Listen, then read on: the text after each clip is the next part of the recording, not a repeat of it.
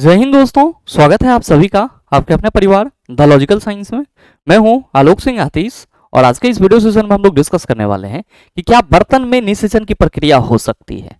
जी हां दोस्तों, आप सबों ने थंबनेल पे देखा होगा और कहीं ना कहीं आप सबों के मन में आ रहा होगा कि गुरुजी ये बर्तन में निषेचन की प्रक्रिया कैसे हो सकती है।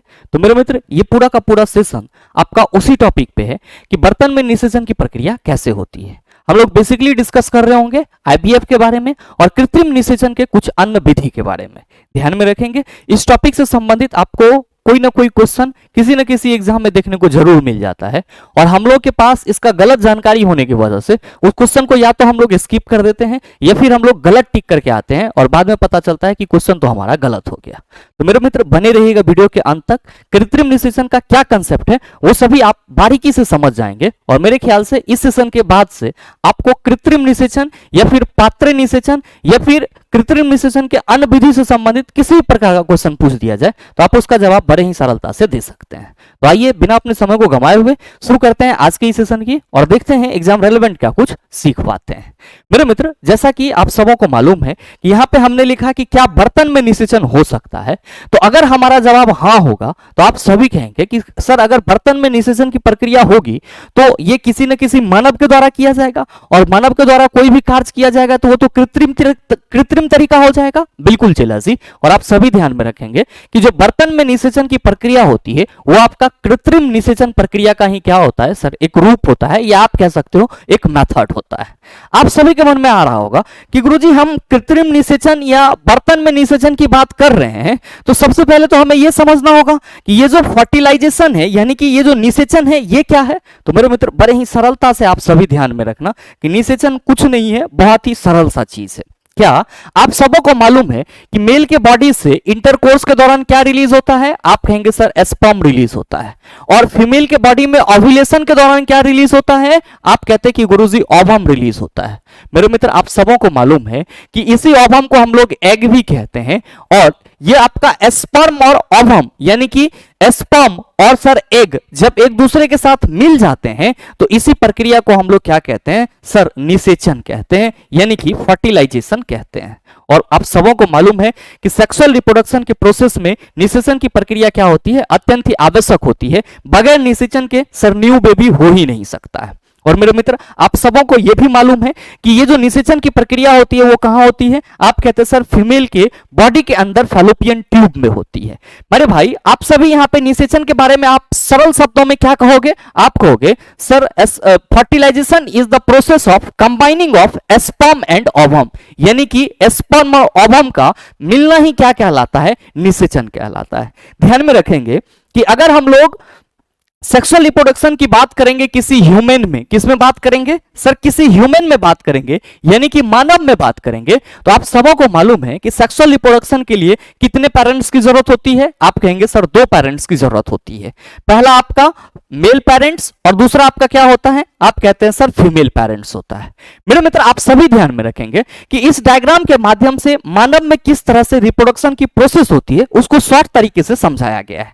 क्योंकि आप सबों को मालूम है कि सेक्सुअल रिप्रोडक्शन होने के लिए ह्यूमन में सेक्सुअल रिप्रोडक्शन होने के लिए हमें 2 गैमेट्स की जरूरत होगी, जिसमें एक हमारा फीमेल गैमेट्स होगा और दूसरा हमारा मेल गैमेट्स होगा। तो जाहिर सी बात है कि ये मेल गैमेट्स और फीमेल गैमेट्स कहां से मिलेंगे? आप कहेंगे क्रमशः मेल और फीमेल से मिलेंगे। ध्यान में रखेंगे कि फीमेल से जो आपको गैमेट्स मिलेगा उसको हम लोग क्या कहते हैं? एग कहते हैं या फिर ओवम कहते हैं। इसी को सर शुद्ध हिंदी में क्या बोला जाता है? अंडाणु बोला जाता है। ध्यान में रखेंगे, इसको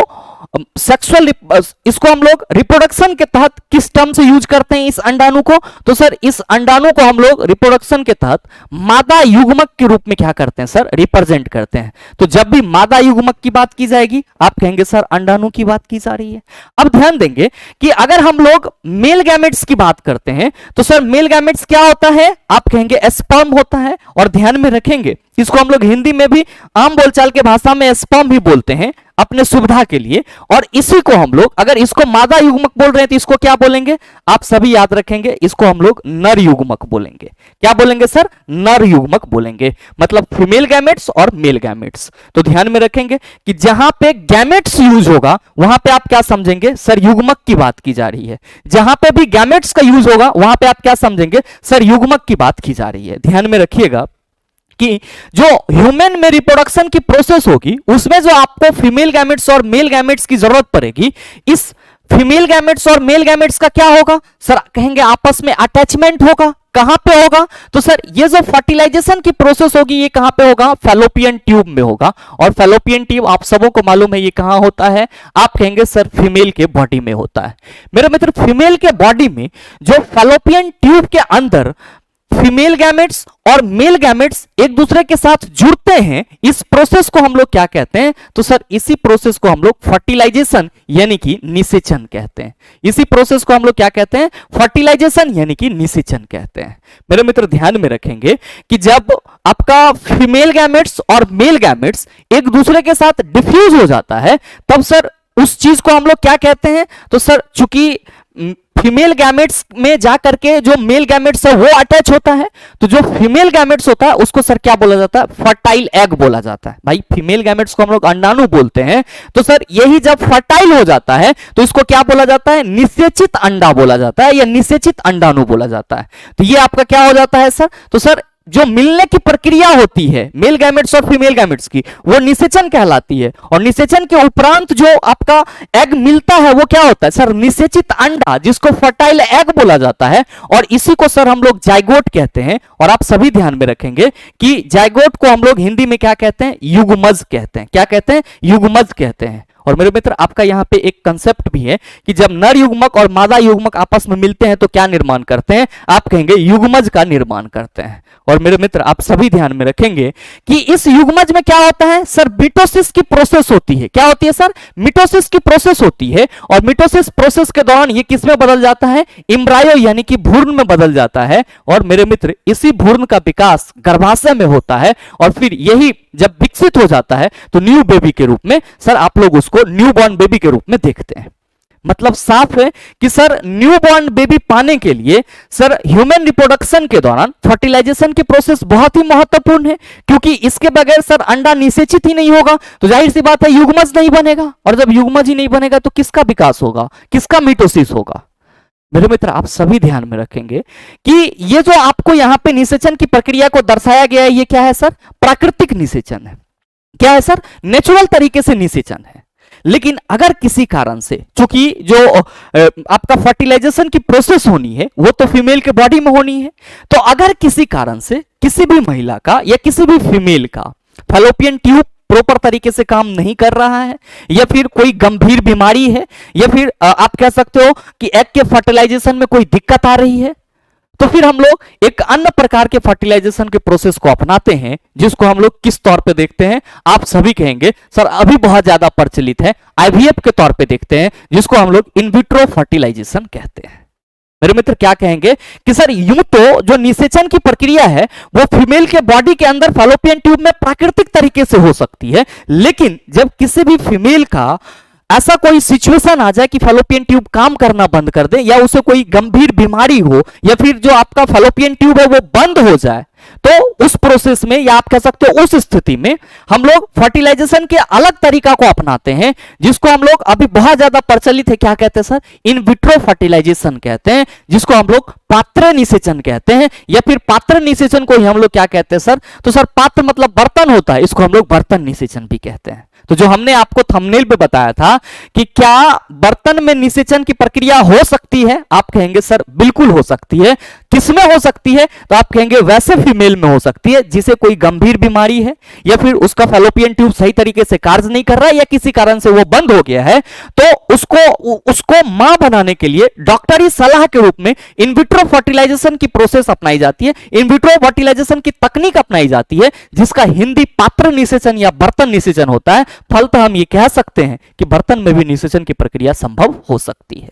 ध्यान दीजिएगा कि इन विट्रो फर्टिलाइजेशन से संबंधित आपको कई क्वेश्चन देखने को मिल जाते हैं। पहला चीज तो ध्यान में रखेंगे कि जो आईवीएफ प्रोसेस है, इसको हम लोग शॉर्ट फॉर्म में क्या बोलते हैं, आईवीएफ। तो पहला क्वेश्चन आपका यहीं से पूछ लिया जाता है कि आईवीएफ का फुल फॉर्म क्या होता है। तो सर आईवीएफ का फुल फॉर्म होता है इन विट्रो फर्टिलाइजेशन। क्या होता है, in vitro fertilization, in vitro fertilization. मेरे मित्र आप सभी ध्यान में रखेंगे कि इन विट्रो का मतलब क्या होता है, तो सर इसका जर्मन शब्द होता है बर्तन। क्या होता है सर? जर्मन शब्द बर्तन। तो सर इसको इन विट्रो फर्टिलाइजेशन को हम लोग हिंदी में क्या कहते हैं? पात्र निषेचन भी कहते हैं। क्या कहते हैं सर? पात्र निषेचन भी कहते हैं। और मेरे मित्र ध्यान में रखेंगे कि इस इन विट्रो का मतलब सर बाहर भी निषेचन होता है, यानी कि आप कह सकते हो आउट ऑफ बॉडी भी होता है, या इसका मतलब जनरली बाह्य के सेंस में लिया जाता है, बाहर के सेंस में लिया जाता है। तो सर इन विट्रो फर्टिलाइजेशन को हम लोग पात्र निषेचन, या फिर चूंकि ये जो फर्टिलाइजेशन की प्रोसेस होती है ये फीमेल के बॉडी से बाहर होती है, इसलिए इसको बाह्य निषेचन के तौर पे देखा जाता है, इसलिए इसको बाह्य निषेचन के तौर पे भी देखा जाता है।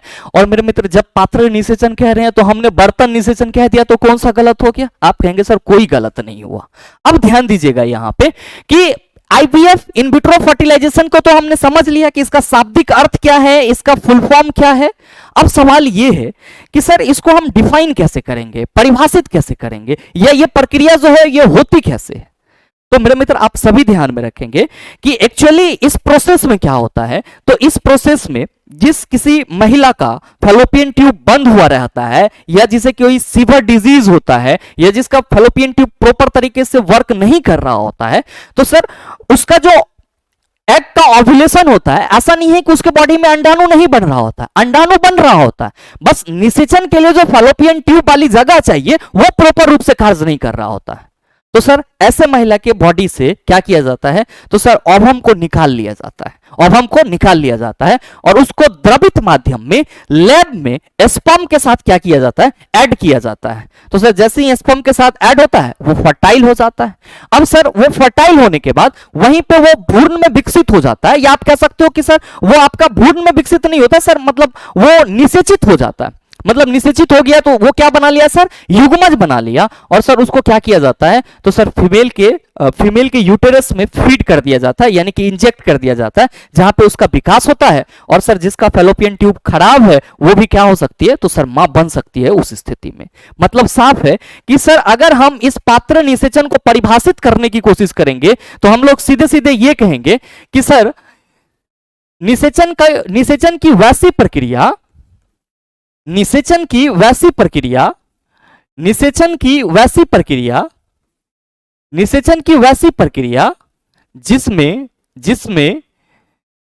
जिसमें किसी महिला के अंडाशय से अंडा निकालकर द्रव माध्यम में स्पर्म यानी कि शुक्राणु, निषेचन की वैसी प्रक्रिया जिसमें किसी महिला के अंडाशय से अंडा निकालकर द्रव माध्यम में शुक्राणु के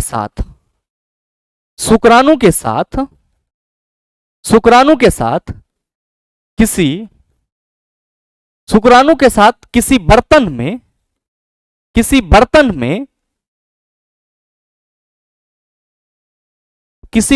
में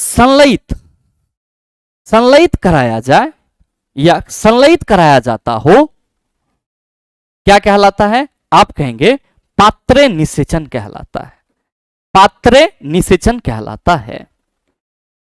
क्या याद रखेंगे? आप सभी याद रखेंगे कि निषेचन की वैसी प्रक्रिया जिसमें किसी महिला के अंडाशय से अंडा निकालकर द्रव माध्यम में शुक्राणु के साथ किसी बर्तन में संलयित कराया जाता हो, पात्र निषेचन कहलाता है, यानी कि इन विट्रो फर्टिलाइजेशन कहलाता है। ध्यान में रखेंगे कि इन विट्रो का मतलब सर जर्मन लैंग्वेज में हम लोग पात्र भी समझते हैं, और इसी का मतलब सर हम लोग लैटिन में बाह्य के रूप में भी देखते हैं।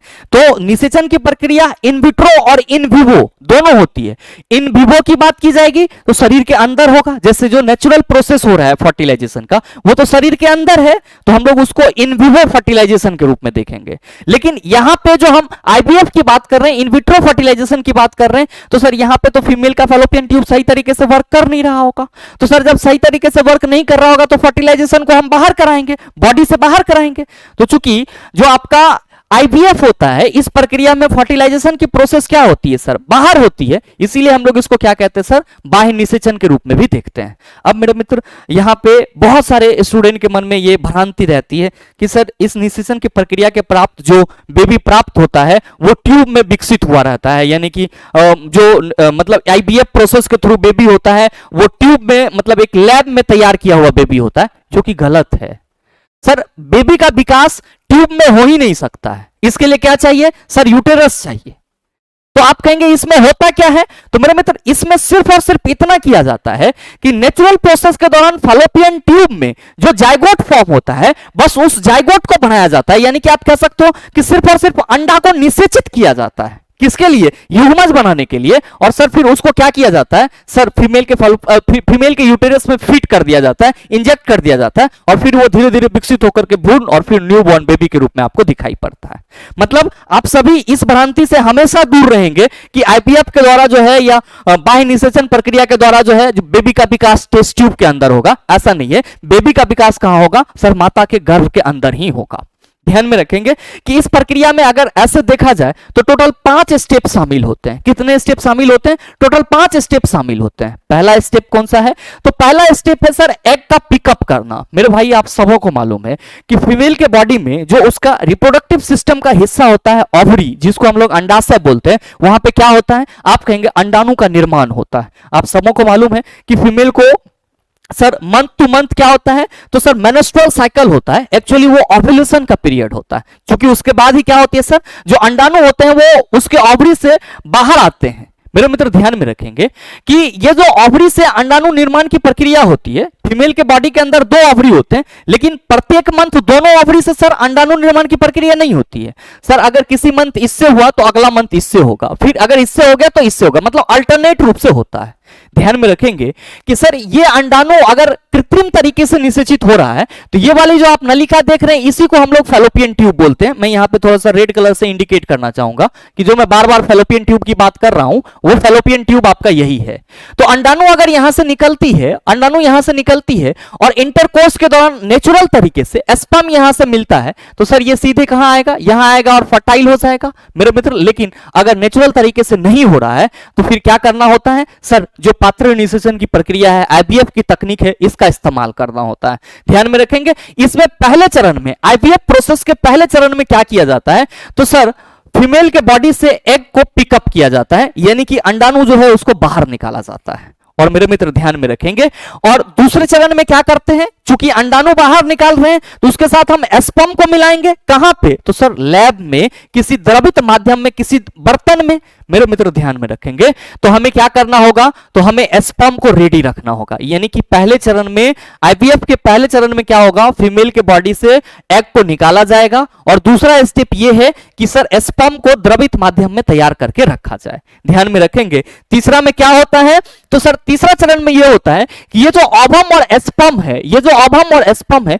दोनों आपस में संलयित होते हैं, और जैसे ही ये संलयित होते हैं तो ये क्या बन जाते हैं सर, ये फर्टाइल एग बन जाता है, यानी कि हम कह सकते हैं निषेचित अंडा बन जाता है। और मेरे मित्र आप सभी ध्यान में रखेंगे कि इस निषेचित अंडा का क्या होता है, जो फर्टाइल एग है उसका क्या होता है, आप कहेंगे सर यहां पे मिटोसिस की प्रोसेस होगी, जिसके दौरान क्या होगा, आप कहेंगे सर अभी जस्ट आपने बताया है कि मिटोसिस के प्रोसेस के दौरान यहां पे एम्ब्रायो का डेवलपमेंट होगा, यानी कि भ्रूण का विकास होगा। तो मेरे मित्र आप सभी यहां पे ध्यान में रखेंगे कि यहां पे जो भ्रूण का विकास होता है, इसी भ्रूण के, ये विकसित भ्रूण जो है इसको फिर से क्या कर दिया जाता है, तो फीमेल के बॉडी में कहां पे, यूटेरस यानी कि जो गर्भाशय है उसमें इंजेक्ट कर दिया जाता है, और यहां पे ये धीरे धीरे डेवलप होकर के क्या हो जाता है, तो सर न्यू बॉर्न बेबी का रूप ले लेता है। मतलब क्या हुआ कि जो फर्टिलाइजेशन की प्रोसेस होती है इसमें सिर्फ और सिर्फ एग को फर्टाइल करने के लिए क्या किया जाता है, तो सर बाहर स्पर्म और ओवम को द्रवित माध्यम में क्या किया जाता है,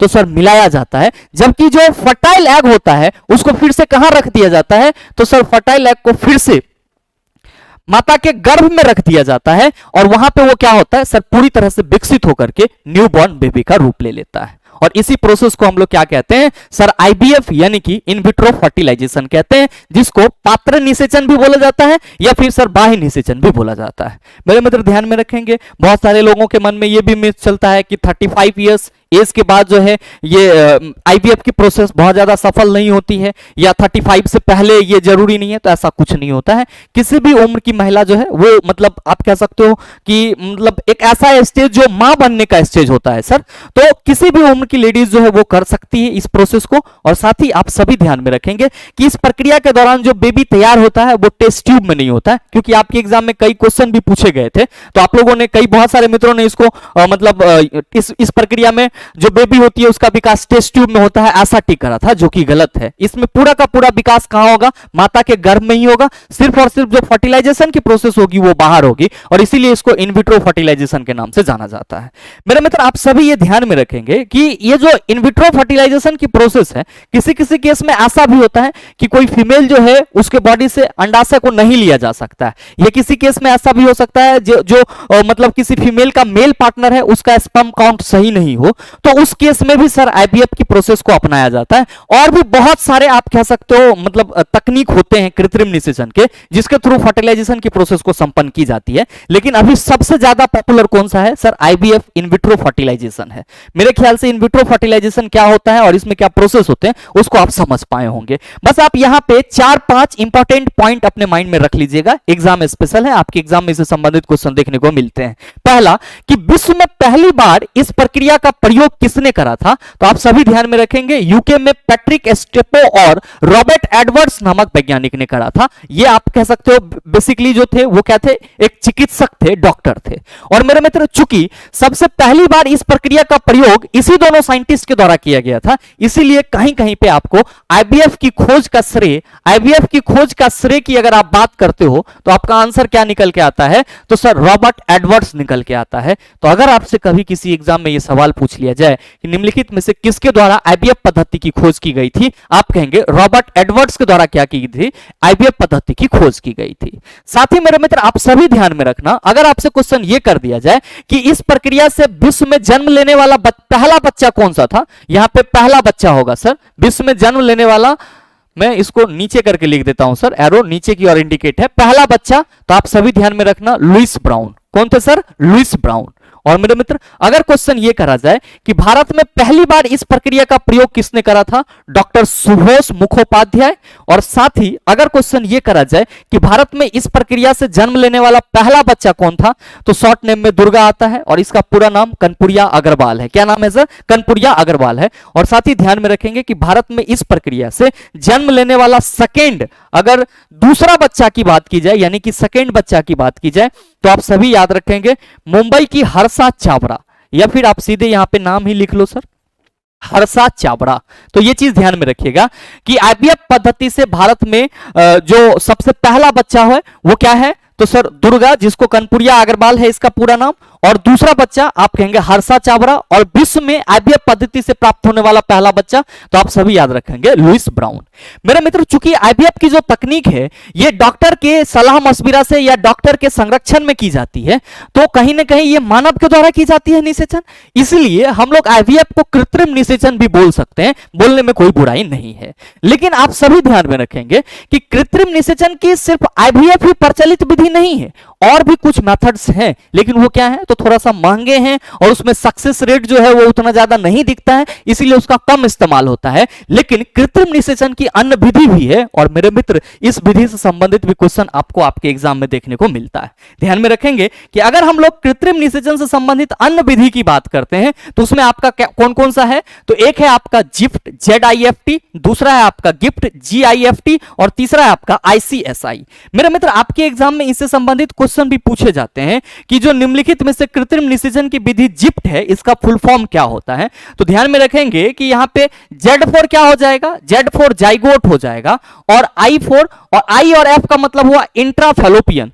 तो जिफ्ट का मतलब क्या होगा? Zygote intrafallopian, zygote intrafallopian, zygote intrafallopian transfer, zygote intrafallopian transfer. इसका क्या होता है सर? फुल फॉर्म होता है किसका? तो सर ZIFT का। आप कहेंगे कि सर ये क्या होता है? मेरे मित्र आप सभी ध्यान में रखेंगे कि ये जाइगोट का मतलब क्या हुआ? सर जाइगोट का मतलब हुआ युग्मज, क्या हुआ sir? युग्मज।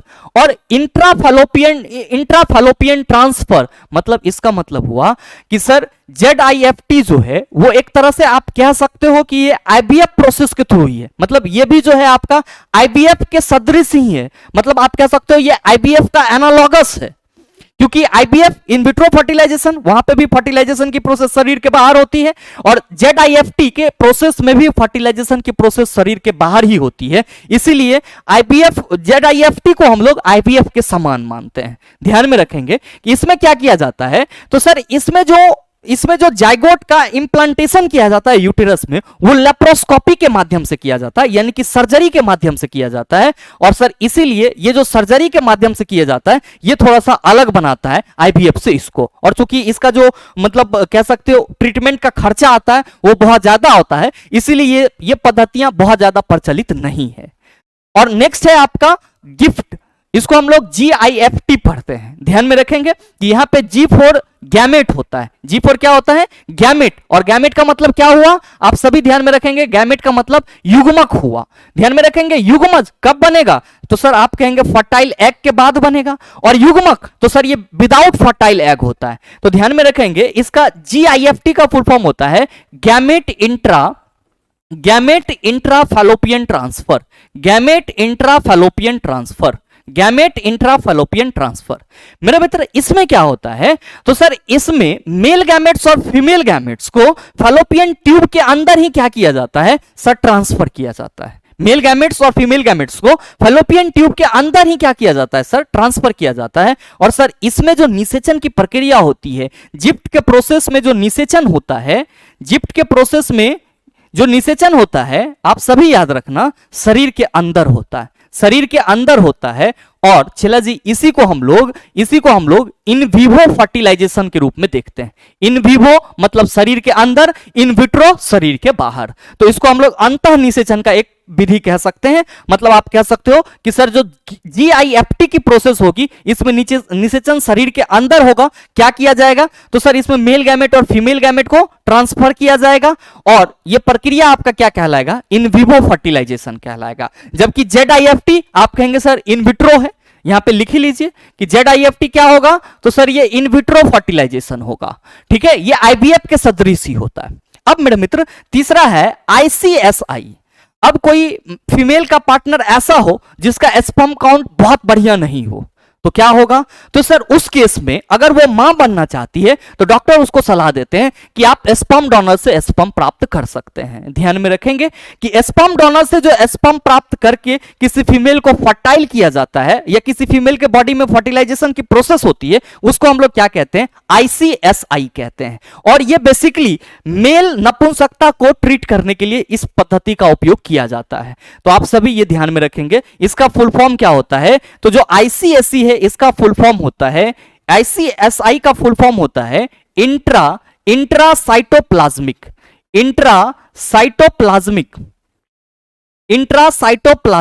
Sperm injection. Intracytoplasmic sperm injection. और आप सभी ध्यान में रखेंगे कि बेसिकली इस विधि का उपयोग किसके लिए किया जाता है? तो सर पुरुष बांझपन को ट्रीट करने के लिए इस विधि का उपयोग किया जाता है। और मेरे मित्र आपके एग्जाम में अगर इन विट्रो फर्टिलाइजेशन से संबंधित, या फिर पात्र निषेचन से संबंधित, या फिर ICSI, GIFT, ZIFT से संबंधित क्वेश्चन पूछे जाते हैं तो उसके लिए आपका बेसिक कंसेप्ट यही होता है।